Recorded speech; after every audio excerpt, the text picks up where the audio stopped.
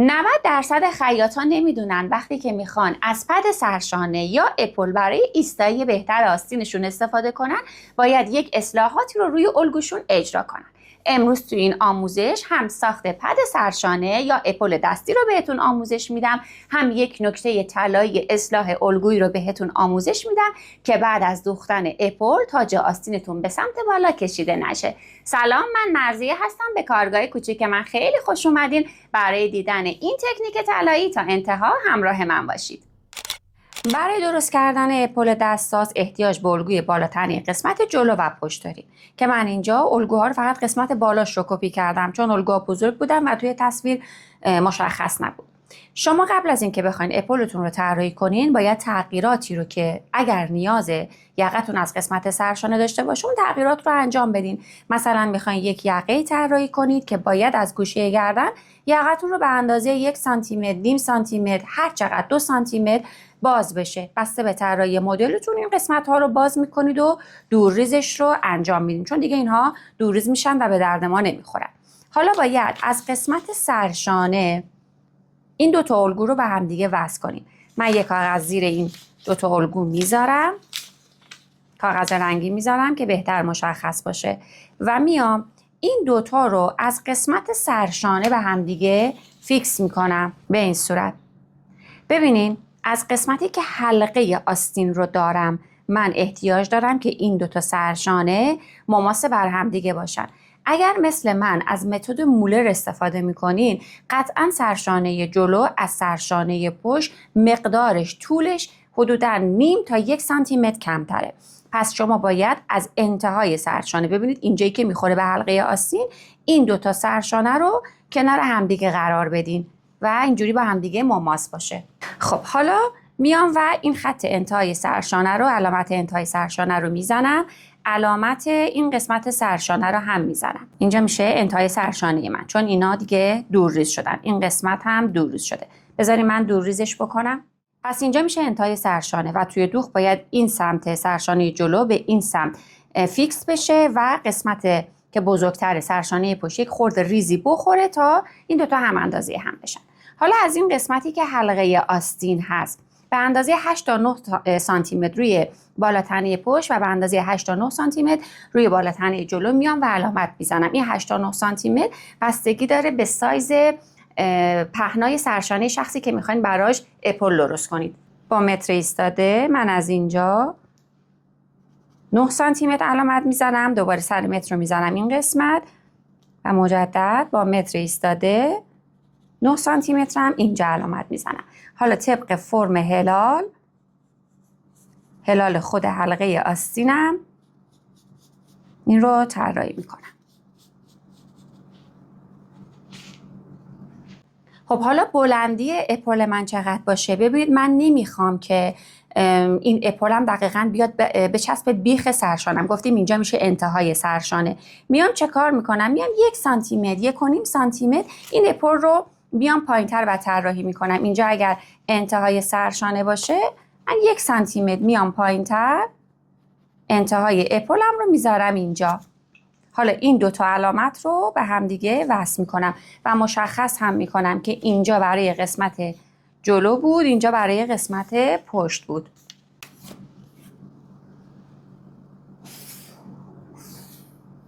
حالا باید با یه هلال این علامت ها رو به هم دیگه وصل کنم. اگر که طراحیتون خوبه میتونید از دستتون کمک بگیرید.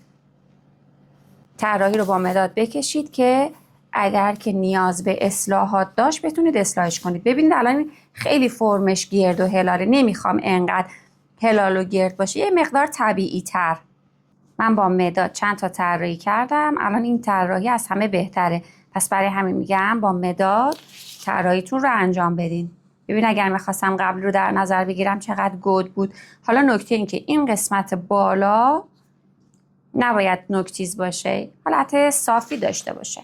خب حالا دور تا دور این الگو رو قیچی میکنم. خب این از الگوی مرحله اول اپلمون. در ادامه برای اینکه بتونم این اپل رو بدوزم احتیاج به نمد یا پشم شیشه و زانفیکس دارم. بسته به این که شما این اپل رو برای کت، پالتو، مانتو یا شمیز میخواین، جنسی که استفاده میکنین متفاوته. اگر برای کت یا پالتو میخواین میتونین از نمد و پشم شیشه استفاده کنید، ولی اگر برای شمیز میخواین باید از پشم شیشه خیلی ظریف یا نمدهای خیلی ظریف و نازک استفاده کنید. به زانفیکس متری احتیاج داریم که بتونیم این لایه‌های متفاوت اپل رو به هم دیگه فیکس کنیم. اگر که زانفیکس متری ندارید میتونید از زانفیکس های نواری استفاده کنید که خب ولی بعد هی تیکه تیکه زانفیکس ها رو جاهای مختلف بچسبونید. علاوه بر این که شما میتونید از نمد و پشم شیشه استفاده کنید، میتونید از لایه اسلشن هم استفاده کنید. لایه اسلشن گرم های مختلفی داره و شبیه نمد یک روش سمت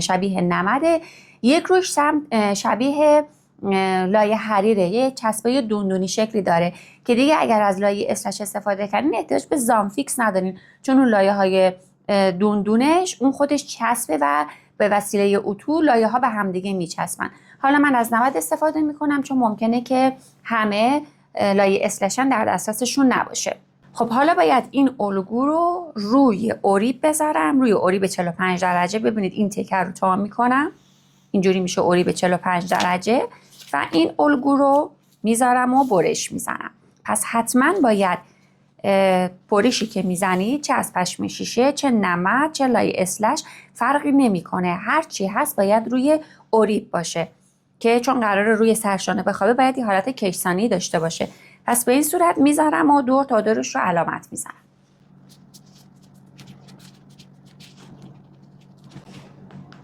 خط سرشانه رو مشخص میکنید حتما.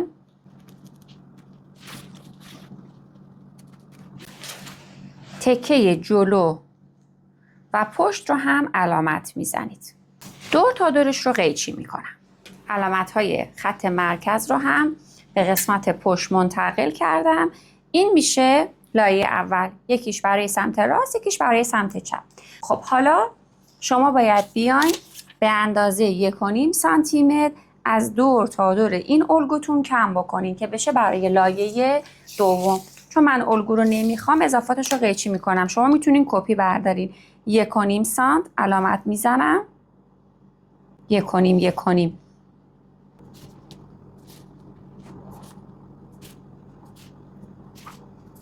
این علامت ها رو به هم دیگه وصل میکنم.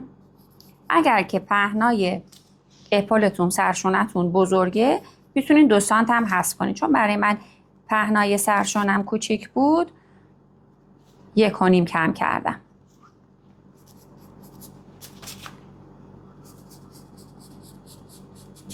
حالا اینا رو دور ریز میکنم. دوباره جلو و پشت علامت میزنم.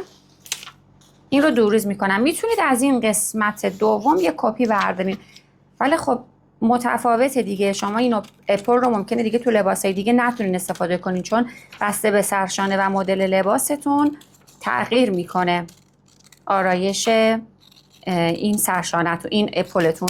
خب حالا این رو دوباره میندازم روی 45 درجه هم نمد هم زانفیکسم.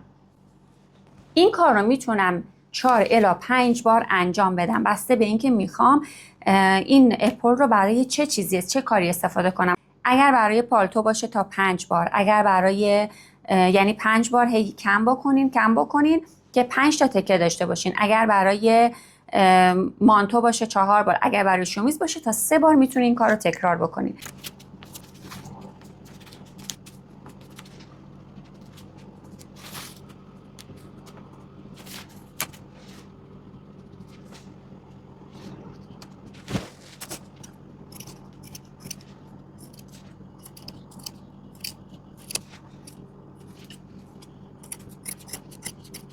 خب حالا همین الگو رو باید روی زانفیکس هم بندازیم. حالا دیگه زانفیکس فرقی نمیکنه که روی اوریب باشه یا روی قسمت معمولی باشه، چون زانفیکس کشسانی نداره. گفتم شما اگر که زانفیکس متری ندارین میتونین زانفیکس های نواری تیکه تیکه استفاده بکنید، ولی بعد اون موقع باید تعداد بیشتری زانفیکس بذارید. زیاد باید زانفیکس لابلاش بزنید. اینجوری دیگه میدونم که خیلی قرص و محکم لایه ها به هم دیگه چفت میشن.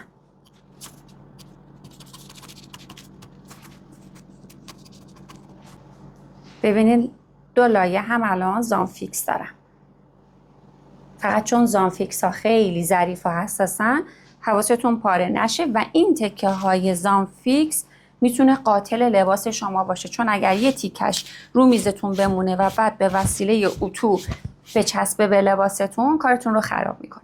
اینم میذاریم کنار. حالا دوباره برای لایه سوم شما 1.5 سانت دوباره کم میکنیم. گفتم تا 4 بار یا 5 بار بسته هم به پهنای سرشانتون هم به مدلی که میخواین استفاده کنین بستگی داره. مثلا این اپل رو برای کجا میخواین استفاده کنین.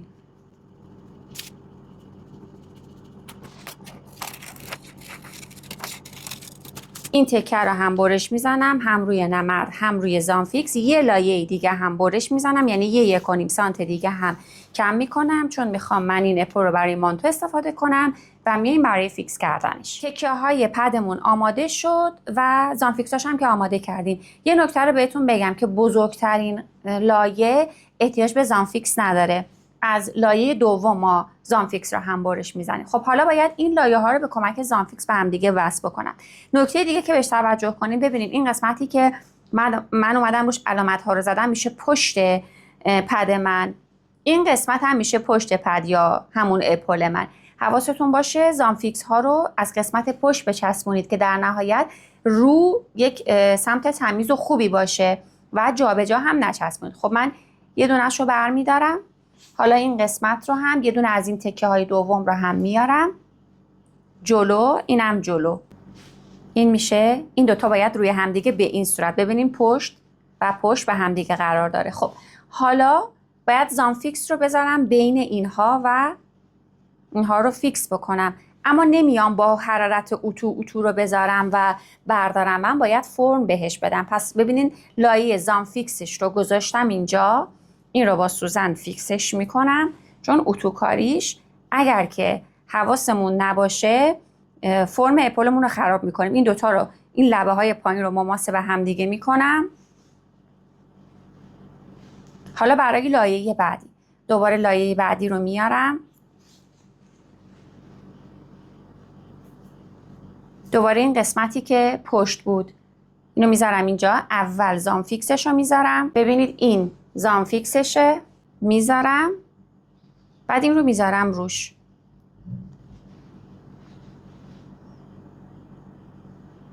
به این صورت. ببینید لبه های پایین کاملا باید با همدیگه مماس باشن.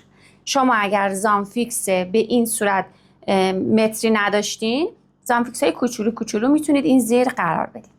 ببینید هنوز من اتوی بخار نزدم که اینها رو فیکس کنم. لایه آخر رو هم میذارم،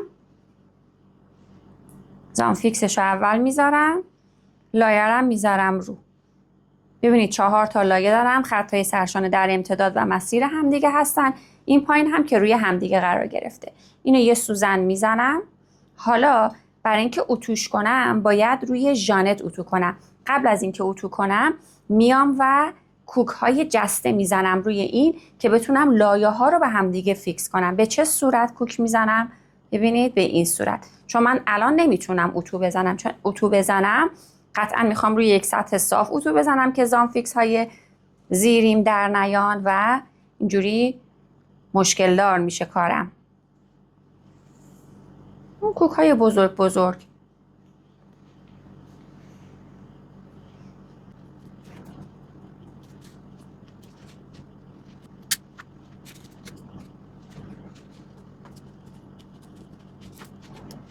ببینید الان تمام لایه ها به هم دیگه فیکس شدن. حالا باید بریم اتوش رو انجام بدیم. اپل ما به این مرحله که رسید، حالا باید بهش فرم بدم و اتوش بزنم.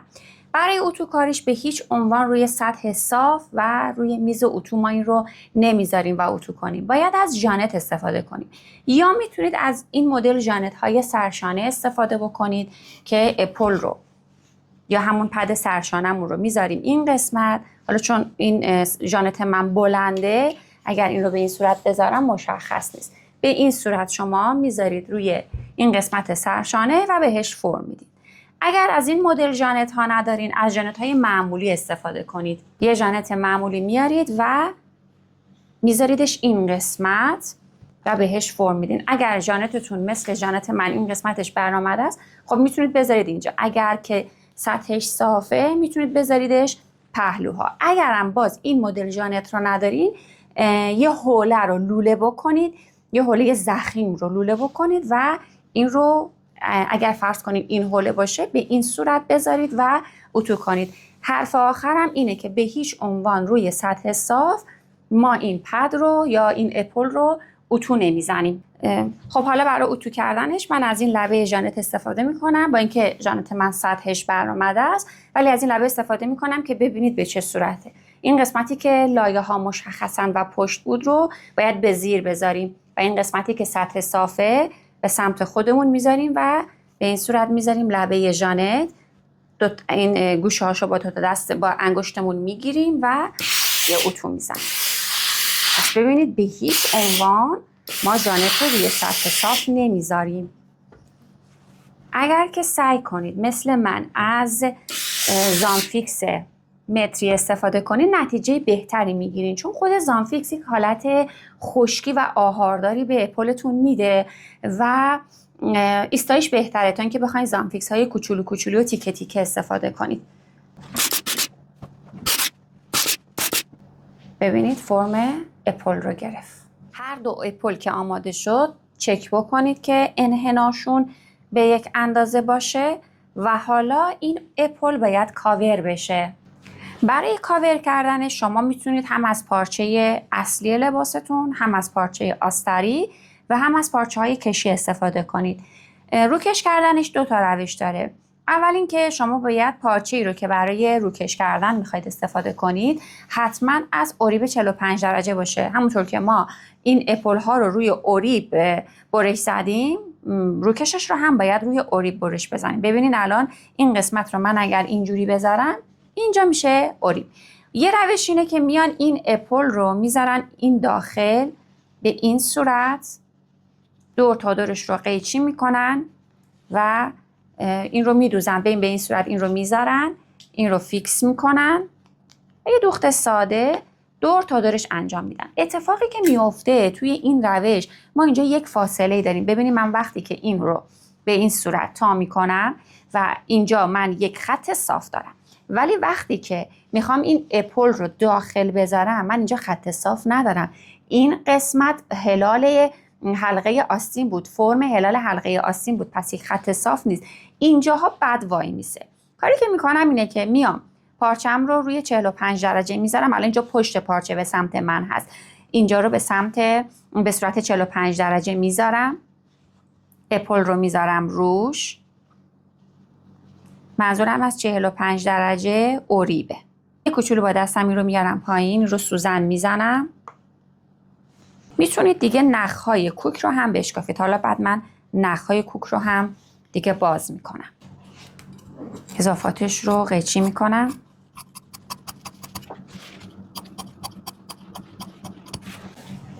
این رو میبرم پای چرخ و یه دوخت میزنم. به این دوختش رو بهتون نشون بدم.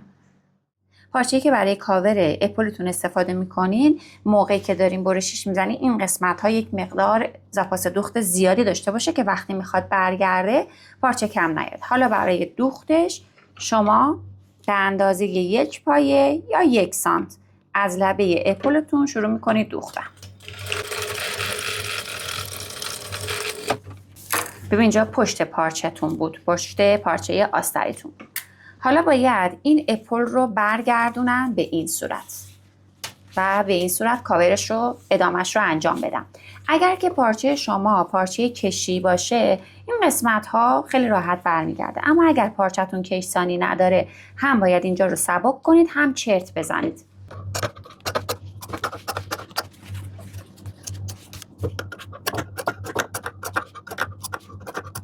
حالا این رو برمیگردونم.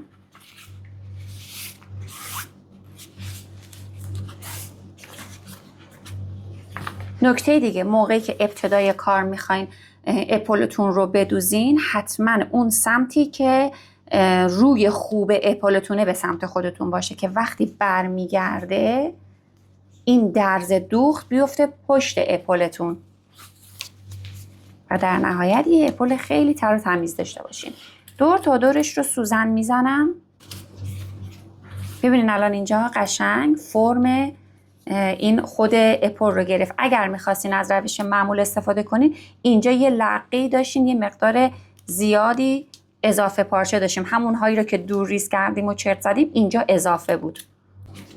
حواستون باشه موقعی که دارین فیکس میکنین اپلتون صاف نیست، صافش نکنین، همین حالت بگیرینش، همین حالت خود اپل بگیرینش و این پارچه روی رو بکشین، چون اگر صافش کنید بعد موقعی که میخواد این جمع بشه بیاد بالا پارچه کم میارید.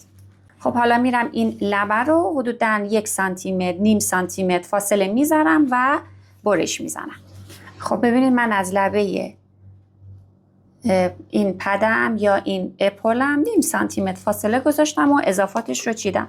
حالا باز دوباره دور تا دورش رو دوخت میزنم.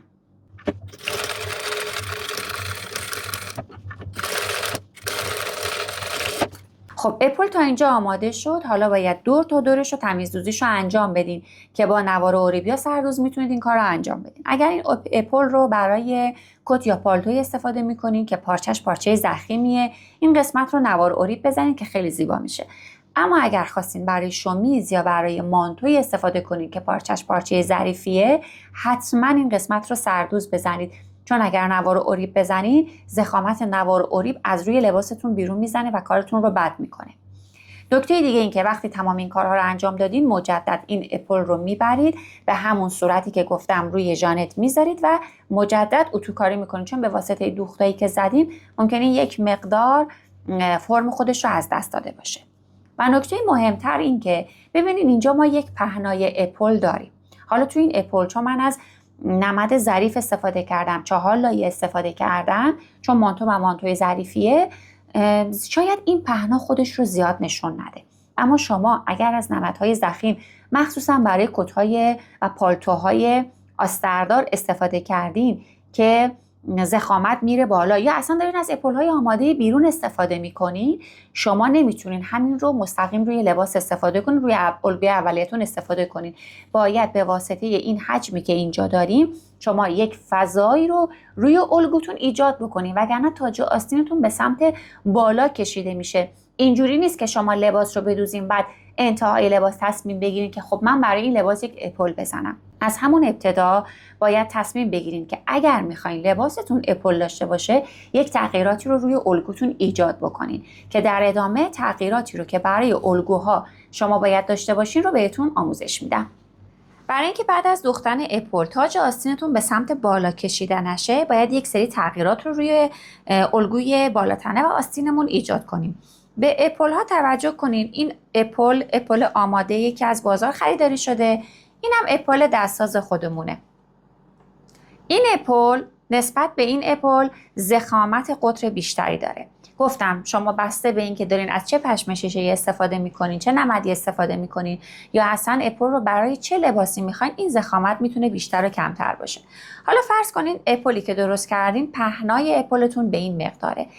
وقتی که شما اپل رو به لباستون میدوزین، حلقه آستینتون به این میزان بالاتر میره.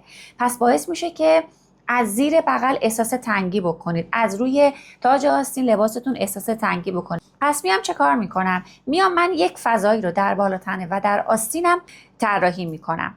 روی الگوی بالاتنه قسمت جلو و پشت به اندازه 3 سانتیمتر از انتهای سرشانه پایین میام و علامت میزنم. پس اینجا 3 سانتیمتر پایین اومدم. وصلش میکنم به انتهای سرشانه و این خط رو برش میزنم جوری که اتصالش از این نقطه قطع نشه. در الگوی قسمت پشت هم همین کار رو میکنم. فرقی نمیکنه که شما از چه متدی دارین استفاده میکنین. الگوی شما بر اساس هر متدی که باشه شما این روش رو باید انجام بدین. اگر که الگوی پشت شما پنس سرشانه داره، حتما قبلش باید این پنس سرشانه رو ببندید. مجدد از این قسمت سرشانه به اندازه 3 سانتیمتر پایین میام و وصلش میکنم به گوشه سرشانه. این خط رو هم برش میزنم، ولی اتصالش از این نقطه نباید قطع بشه. خب حالا میام و پهنای اپلم رو اندازه میزنم. الان این اپل تقریباً 1.5 سانته. قطر این اپل 1.5 سانته. پس ببینید اگر من نیام فضا بدم، لباس من به اندازه 1.5 سانت حلقش میره بالاتر و تنگ میشه. نصف این مقدار 1.5 رو به قسمت جلو و نصفش رو به قسمت پشت عوضمان میدم. یه تیکه کاغذ میچسبونم. خب حالا به اندازه 75 میل قطرش 1.5 بود. به اندازه 75 میل از اینجا میرم بالا، علامت میزنم و این مقدار رو عوضمان میدم. 75 میل هم اینور.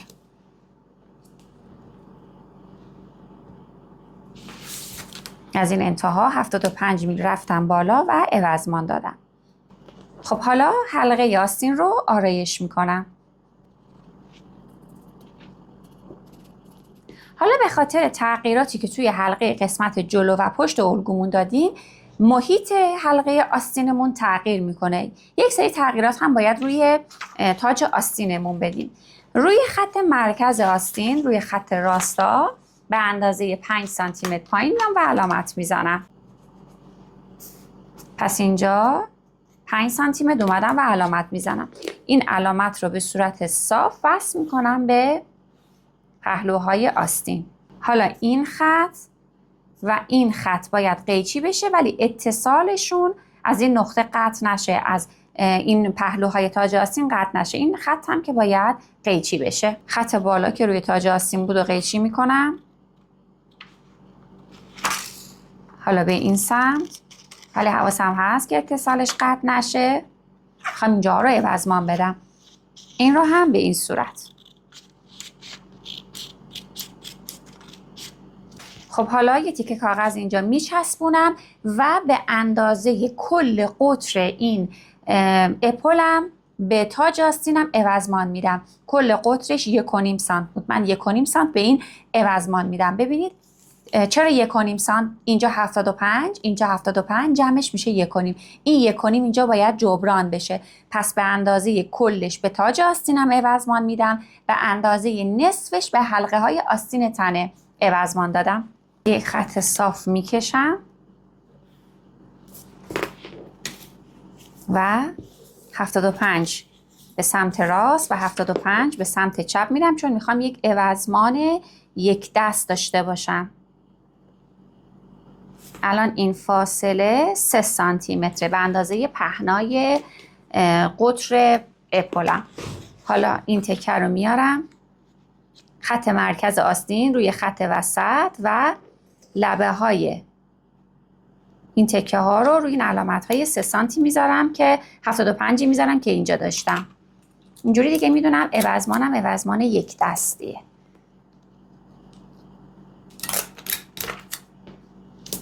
حالا هم تاج آستین رو آرایش میکنم.